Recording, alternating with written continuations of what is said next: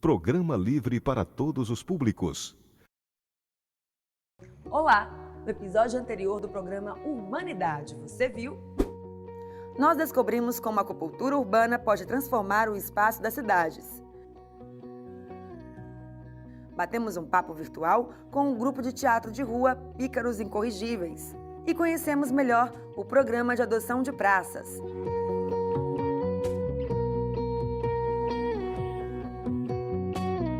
Esse espaço é nosso. Está começando o programa Urbanidade.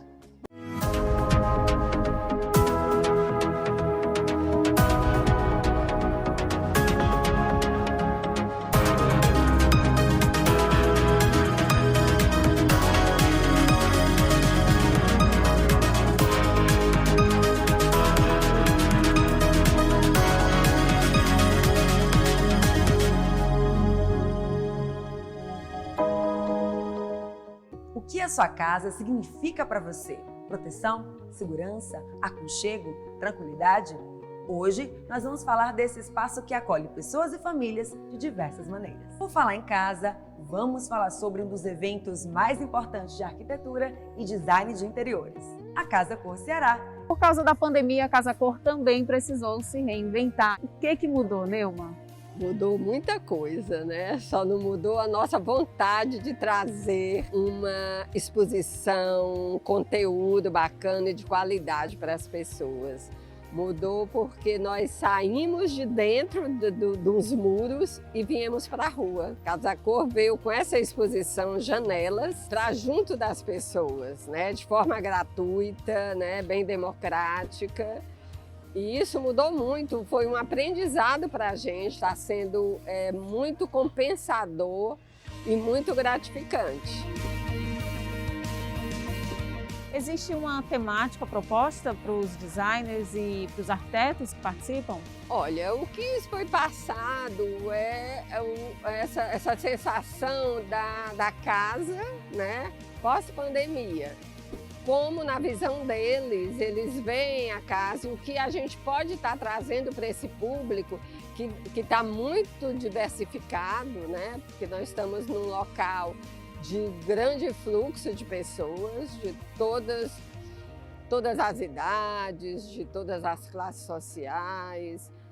E como se passar para essas pessoas o que a casa é hoje e o significado dela. Então, esse é o nosso tema. A gente traz cultura, né? A gente traz muito conteúdo bacana, a gente gera muito emprego. Esse ano é um ano muito desafiador, né? E eu acho que nós conseguimos trazer para a nossa cidade uma exposição bonita, uma exposição segura. Além dos ambientes decorados, nós temos também uma exposição de arte. São 13 artistas que estão aqui apresentando suas obras, né, ao lado de trás dos containers. Então, se em 21 anos nós trouxemos tudo isso e de uma forma mais limitada, né, e geramos muito emprego, muitos negócios para as empresas, esse ano você imagina onde nós estamos indo, né? Até aonde nós chegamos. Quem passa por aqui também pode conferir uma exposição de arte com painéis de artistas na parte de trás dos containers. A mostra também acontece no espaço virtual. Você vem com a câmera do seu celular, copia o QR Code e pode ver detalhes de dentro da sala.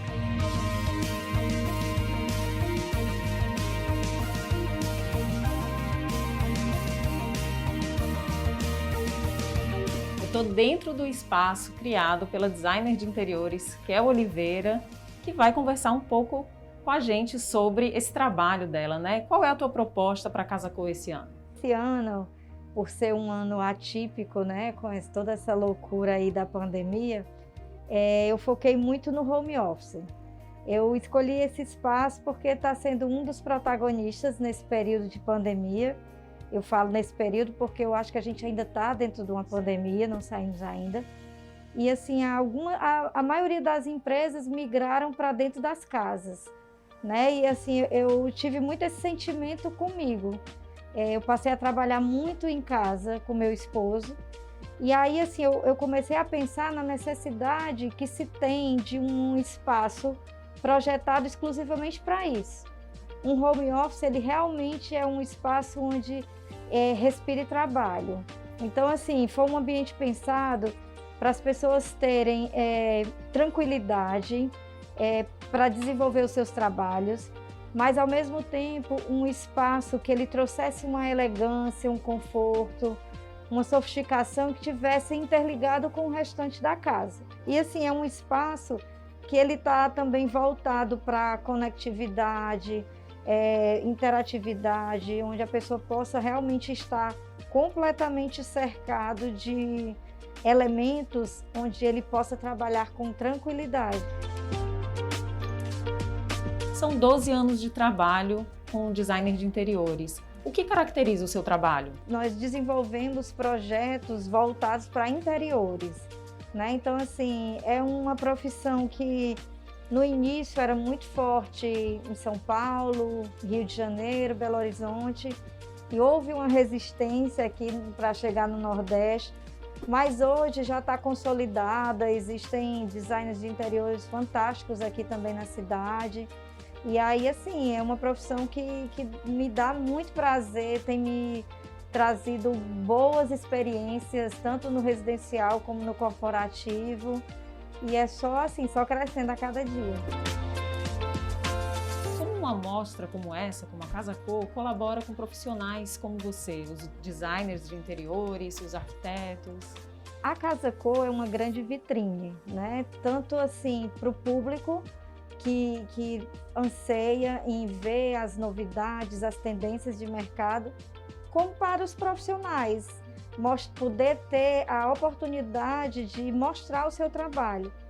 Eu digo que na Casa Cor a gente tem uma licença poética, porque o cliente, você cria esse personagem, né? Então, assim, eu pego um quarto do casal, então ali na minha cabeça eu vou desenvolver aquela história.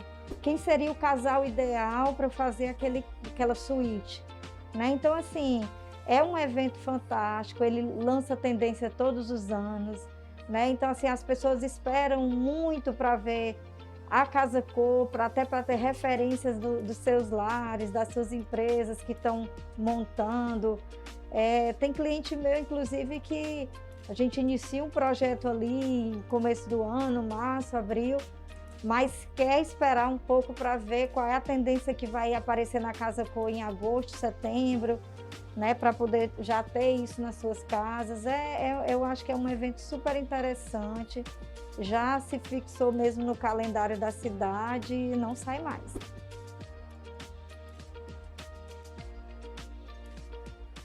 A gente faz uma pausa e no próximo bloco vamos mostrar como funciona a bioconstrução. O programa Urbanidade volta já.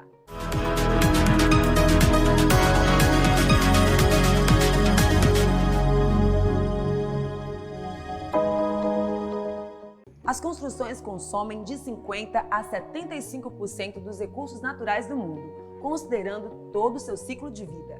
Só em São Paulo, resíduos da construção civil chegam a 17 mil toneladas por dia. Pensando em todos esses impactos, a bioconstrução propõe uma nova maneira de raciocinar e de se levantar uma casa.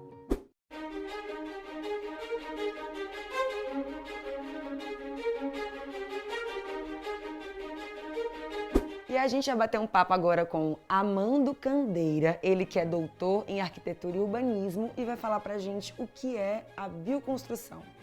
Bom, a bioconstrução é um conceito, né, que está ligado a, como o próprio nome diz, a construção dos elementos construídos que compõem o nosso habitat, mas e que se confundem com diversos outros conceitos que a gente também trabalha na academia, né, como de conforto ambiental, eficiência energética. Então o tema, ele na verdade, ele é bem amplo, né, e como ao pé da letra estabelece uma condição entre, né, a construção e a vida, mas não somente a vida isoladamente, né, mas o ambiente, tá? Então, isso inclusive se confunde muito até com os próprios conceitos da arquitetura, né? A arquitetura ela tem esse papel, ela deve, né, os edifícios têm esse papel, eles devem funcionar como um filtro na relação com o ambiente. Agora, por exemplo, nós estamos aqui, né, em um edifício que respeita essas condições. No caso da bioconstrução, há uma conexão também muito grande com a construção em si, né, com os materiais de construção, com as técnicas construtivas. E também sempre se busca, também é muito presente nessa prática desse tipo de construção, a experimentação, né, inclusive na adoção de novos materiais, né, que não necessariamente são materiais de construção, mas que hoje, inclusive associados a essas questões de reciclagem, passam a ser adotados, né, nos edifícios. Em Aquiraz, região metropolitana de Fortaleza, foi desenvolvido um projeto de casa feito através da bioconstrução, a Casa Paz. E agora a gente vai conversar com o arquiteto e idealizador da Casa Paz, que é o Bernardo Andrade. Bernardo, a Casa Paz a gente pode falar que é uma referência, então, em bioconstrução, né? Com certeza. Ela se tornou uma referência para muitos estudantes, não só de arquitetura, mas de engenharia ambiental aqui do Ceará. E também muitas pessoas entram em contato comigo de fora do Ceará, no Brasil. Afora tem gente conhecendo o projeto da Casa Paz. O que significa Casa Paz, a sigla Paz, né? Significa protótipo de autoconstrução sustentável. A nossa ideia era reforçar a autoconstrução guiada, que é a autoconstrução correta, diferente das que a gente tem muito aqui no Brasil, né? Que principalmente nas favelas e comunidades, onde as pessoas constroem sem orientação nenhuma dos profissionais adequados. A autoconstrução guiada é com os profissionais adequados em cada etapa, desde o projeto até a finalização da obra. O que faz da Casa Paz diferente das outras, digamos assim? O que é o diferencial daqui? Bom, tem vários, né? Eu posso citar 6 princípios que a gente adotou aqui. O de materiais de baixo impacto, arquitetura bioclimática e as estratégias de arquitetura bioclimática, produção de energia, e a casa é mais eficiente do que uma casa convencional, obviamente, então ela produz energia com pouca geração. Tem produção de alimentos também, os sistemas no entorno da casa produzem alimento, a utilização da água da chuva e reciclagem dessa água até 4 vezes, e reciclagem e compostagem dos materiais que são resíduos gerados aqui na casa. E eu posso observar também que a gente está aqui sentadinho conversando e tem um ventinho batendo, a casa é bem ventilada, tem um sistema também próprio para isso, né? Exatamente, a casa, como eu falei, da arquitetura bioclimática, ela foi projetada e pensada exatamente para a gente aproveitar o máximo de recursos dos fenômenos naturais que já existem, né? Então, a casa tem ventilação cruzada, ela está posicionada a sombrear as melhores fachadas, para a gente não receber calor excessivo dentro da casa. A gente tem um sistema de resfriamento por convecção no quarto também, que é algo interessante, pouco utilizado.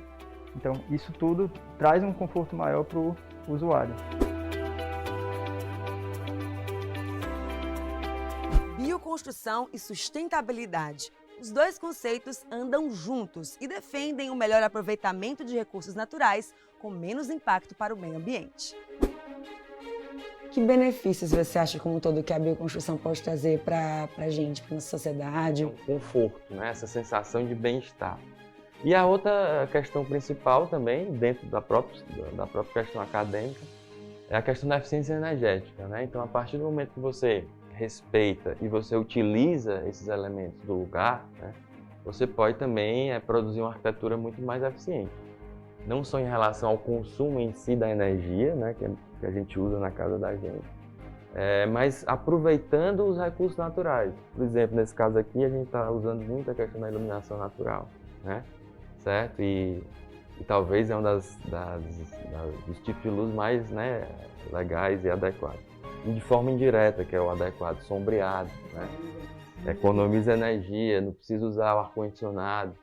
Em locais de clima frio, né, é o contrário, não precisa usar o aquecedor. Então sempre a gente tem que ter, né, esse respeito a essa condição do clima do lugar. Então vejam a responsabilidade que nós, né, que trabalhamos diretamente com a construção e com os edifícios, temos, né? E nós arquitetos ainda mais porque podemos, né, a partir do projeto, antever diversas dessas relações, né? E no final poder desenhar um edifício adequado, né, a um lugar. A gente agradece demais essa entrevista. Para encerrar, eu queria saber de você que legado você assim quer que a Casa Paz deixe. Bom, a princípio, esse projeto pode parecer que é algo pessoal, mas minha intenção é realmente impactar pessoas para que a gente possa deixar um futuro melhor para os nossos filhos e netos. Então, nós somos mordomos desse planeta que nos foi confiado por Deus, e por isso a gente precisa deixar algo melhor. A gente não é dono dele, por isso não pode usar indiscriminadamente os recursos.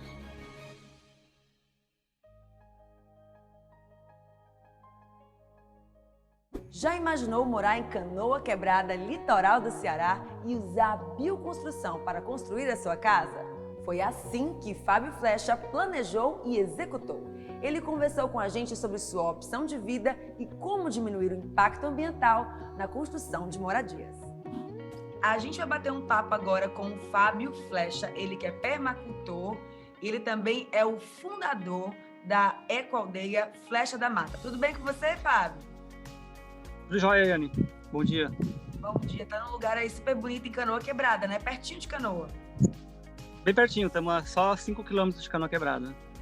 Pronto, esse lugar que você mora, você vai explicar bem direitinho o que funciona aí. Como eu disse, né? É a Ecoaldeia. E o Fábio, você mudou completamente a sua vida, não foi, Fábio? Você trabalhava com TI, com marketing, era programador, e aí resolveu fundar uma aldeia e morar num lugar completamente lindo que a gente está vendo aí agora. Isso. A gente veio assim numa pegada, já vinha numa pegada de fazer eventos de dança e música, né? E a Ecoaldeia surgiu mais como uma possibilidade de a gente entrar mais perto da natureza, né? Uma coisa mais pessoal mesmo, né? De a gente conhecer a nossa própria natureza interna, chegando mais perto, né, da mata, né? Então, como a gente já trabalhava com essa questão dos eventos, a gente resolveu fazer não só um espaço para nós morar, mas para compartilhar esse conhecimento, né? Para receber conhecimento de fora e também de compartilhar, fazer os ensinamentos. Então, pincela pra gente como é que funciona assim, essa questão em que a bioconstrução e a permacultura estão ligadas e como ela é trabalhada aí na aldeia. Pronto, né? A gente trabalha aqui na aldeia com vários eventos nas áreas de permacultura, de bioconstrução, energias renováveis, né? E também a gente recebe escolas. Aqui a gente já recebeu mais de 30 escolas do nível, né, fundamental até o nível superior. E a bioconstrução seria, né, a maneira como a gente constrói de maneira que crie menos impacto para a natureza, né, usando materiais como a argila, a areia, né, a palha, o capim, o esterco de vaca, né, a baba de cactos como impermeabilizante, e também utilizando materiais de reuso, né, para não descartar, por exemplo, garrafas de vidro, garrafas PET. A gente produz aqui os ecobricks, que são garrafas com resíduo dentro. A gente pega uma garrafinha PET, põe todos os resíduos de plástico que a gente não reutiliza e ela vira um tijolo bem duro. Então a gente reutiliza isso na construção também, né? Na permacultura vai entrar outras áreas, né, como energias renováveis, né? A compostagem dos alimentos para virar adubo para as hortas, né? O plantio das hortas, da agrofloresta, né? Que a permacultura começou vindo da Austrália nos anos 70, com essa pegada de não fazer a monocultura, né? De fazer a agrofloresta, que seria a agricultura junto com a floresta, né? Que na floresta a gente sabe que todos os nutrientes que a terra precisa estão aí, né? Então começou por aí a permacultura. De onde surgiu a sua ideia de fundar essa aldeia para dividir esse conhecimento que você adquiriu sobre permacultura, sobre bioconstrução? De onde surgiu a ideia da aldeia? O nosso primeiro contato com a permacultura foi nos Estados Unidos, né? E depois, quando a gente veio aqui para Fortaleza, a gente conheceu uma ONG chamada Cura do Planeta, e eles fizeram no meio de Fortaleza, no meio da aldeota, uma praça da cura, né? Então foi o nosso primeiro contato prático na permacultura, né? E aí, quando a gente viu esse terreno, a gente já pensou na possibilidade de fazer, expandir em todas as áreas da permacultura, né? Tanto na parte social, também na parte econômica, a parte social que engloba conhecer a vizinhança, né? Trabalhar com a comunidade local, né? E fazer feiras agroecológicas. Dá para aplicar essas técnicas todas? Você acha que é possível aplicar no meio urbano? Com certeza, né? É só diminuir a escala, né? A gente tem vários métodos de fazer isso acontecer no seu apartamento, na sua casa, né? Por exemplo, a horta vertical, né? Que pode usar uma parede para construir a sua horta, né? Tem muita gente que já tem o seu terreninho, que está construindo casas com bioconstrução, com argila, né? Com palha. Também fazendo o seu próprio canteiro, a sua própria horta, a sua própria compostagem dos alimentos, né? Minhocário. Tudo isso dá para fazer em casa, né? Então o negócio é começar, né? Mesmo que de pouquinho ali, mesmo no apartamento, dá para fazer alguma coisa. Exatamente. Começando devagarinho, né? Começa com a horta, por exemplo, né? Ou com o resto dos alimentos. Vai botando num lugarzinho, já faz a decomposição, já pega umas minhocas para decompor mais rápido, já tem seu próprio adubo, não precisa comprar, né? E começar, né, a comprar menos também, né? Em vez de consumir tanto de fora, consumir mais de dentro dessa própria casa. Tem muito recurso, muita energia que a gente pode reutilizar.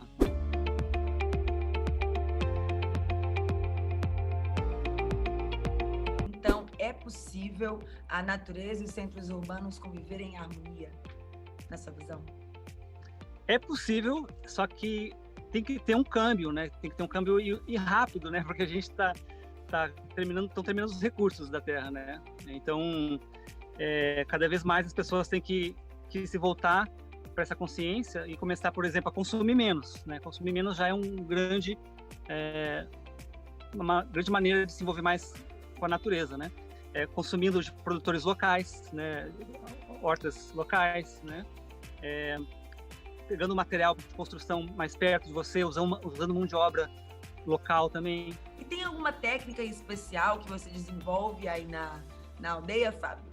Que chama a atenção, inclusive das pessoas que você disse que vem pessoas de outras cidades, até de outros países também? Desde o começo da aldeia, a gente tem usado uma técnica que se chama super adobe, que é a técnica de terra ensacada, né?